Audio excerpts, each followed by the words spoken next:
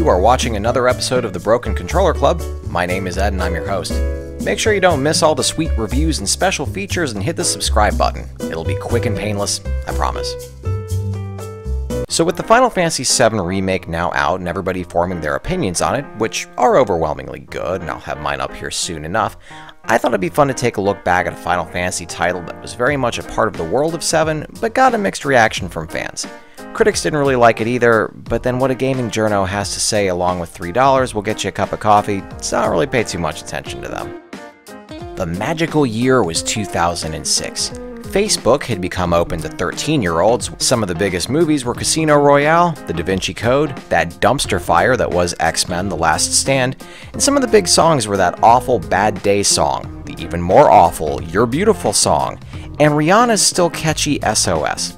My football knowledge is embarrassingly minimal, but the interwebs says that the Steelers won the Super Bowl that year, and even back then I was still bald, because life hates me. Now, Final Fantasy VII's original release was back in 1997. When the game finishes and the credits are done rolling, there's a lot of questions still unanswered. Who made it out of Meteor Fall alive other than Red 13? Were there any other adventures for the gang to go on? Did Barrett's gun arm double as a salad shooter or food processor after they all went back home? Things that fans wanted to know. Ambiguous endings can be fun, but as you may already know, Final Fantasy VII was a huge deal back when it was released. Most Final Fantasy titles were self-contained and didn't get sequels. 7 was popular enough that fans wanted more, especially after that long of a journey. So fast forward to 2005, when we finally got some closure in the form of Final Fantasy VII Advent Children, a CGI sequel that takes place 3 years after the events of 7 and gave us another adventure featuring Cloud and the gang. It was still mostly Cloud's story, but it helped us get caught up with everybody since then, and also treated us to some much needed closure. Personally, I really liked it and it remains in my DVD collection with such gems as Ninja Scroll, the Beastie Boys video anthology, and Golden Boy. 1 year later, Dirge of Cerberus released, a shooter and RPG combo that starred Vincent Valentine, one of the optional characters in 7. It was a type of game that was a bit of a surprise since we all knew Squaresoft, Square Enix, whatever era you're referring to, as mostly just doing RPGs.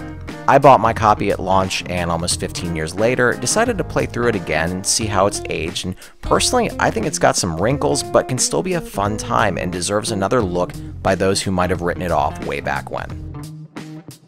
A quick synopsis of the story is that 1 year after the events of Advent Children, a military group called Deep Ground emerges with the goal of summoning the final weapon, Omega, that'll basically wipe out humanity. Vincent joins forces with a group called the World Regenesis Organization, or WRO, to help stop them.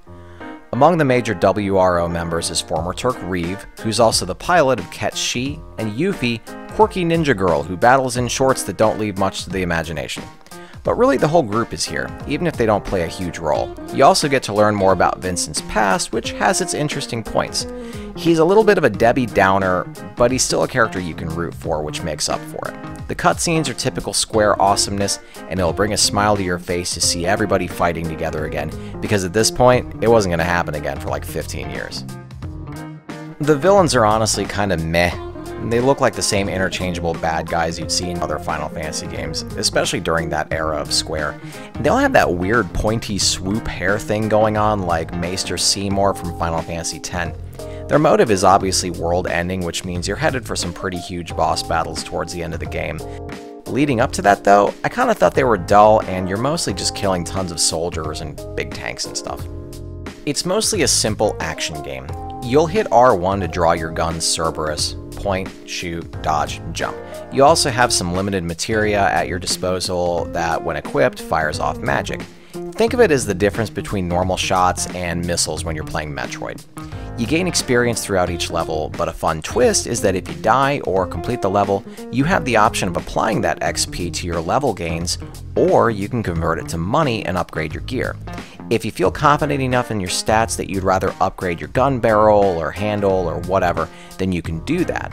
Or if you find you're just running low on money to buy supplies, you can do that too. You can customize your gun to cover 3 different loadouts as well that you can switch to on the fly. It's really cool to be able to switch between different types of guns, but they're all just modified versions of Cerberus because they feel totally different from one another. You've also got a melee attack combo that hits hard but doesn't really look like anything special, and you also change into Vincent's beast form for extra firepower. Oddly enough, this happens by popping an item and not just building up some sort of rage meter or limit gauge like in most modern games, but still, he's got a decent arsenal to work with. In the graphics department, it's a PS2 game that was released towards the last half of the console's life, so while the graphics aren't bad, they didn't age as well as some other titles did either. As I said earlier, the cutscenes look great even if the colors appear a little washed out. The character models look pretty good and anything is better than the Popeye limbs everybody had in the original game, but I think my biggest issue is with just how bland the environments are. I don't even think it's the textures nearly as much as there just isn't a ton of variety in what you're running through. The fact that the PS2's processing power didn't allow for a lot of enemies or characters on screen didn't help things either, which wasn't surprising, but still kind of a bummer because the levels can feel kind of lifeless. Then there's things like draw distance not being great, stuff like that. The music was fine, but nothing noteworthy other than the music in the cutscenes, which was actually really good. So the game had its blemishes, but I enjoyed playing it again and thought it was worth talking about because I do think it belongs in any Final Fantasy VII fan's collection.